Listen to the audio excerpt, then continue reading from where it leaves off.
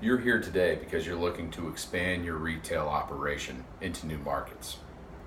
Well, I want to talk to you about online e-commerce. E-commerce in 2015 was a $1.6 trillion year industry with 20% growth over previous year. By expanding your brick and mortar retail operation to an e-commerce store instead of opening additional brick and mortar stores, you can be part of that massive growth. So there's three main points I want to talk with you about today. First of all, lower startup costs with e-commerce stores versus brick and mortar locations. Secondly, expanded customer reach. And lastly, we'll talk about the measured marketing results and what advantages that bring to you. So first of all, concerning the lower startup costs, I want you to consider some numbers with me.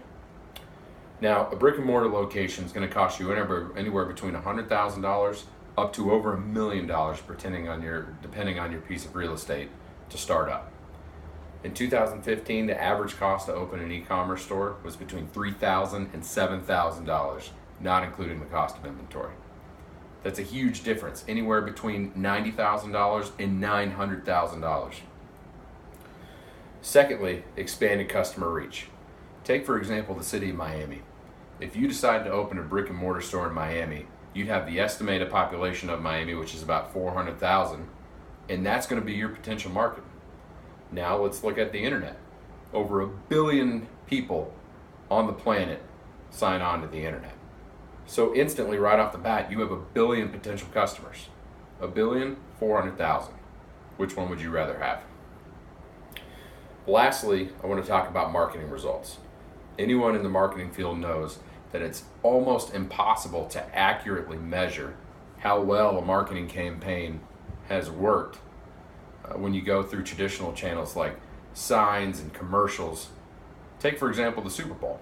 A 30-second ad costs about $5 million.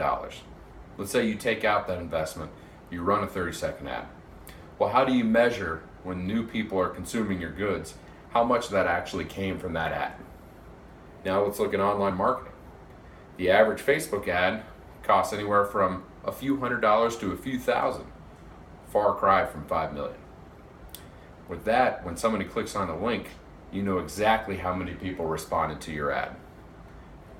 Instant measured marketing results with something that's been impossible for decades before now. So what we discussed today are the advantages of online marketing. Lower startup costs, expanded customer reach, and perfectly measured marketing results. So I strongly hope you'll consider this.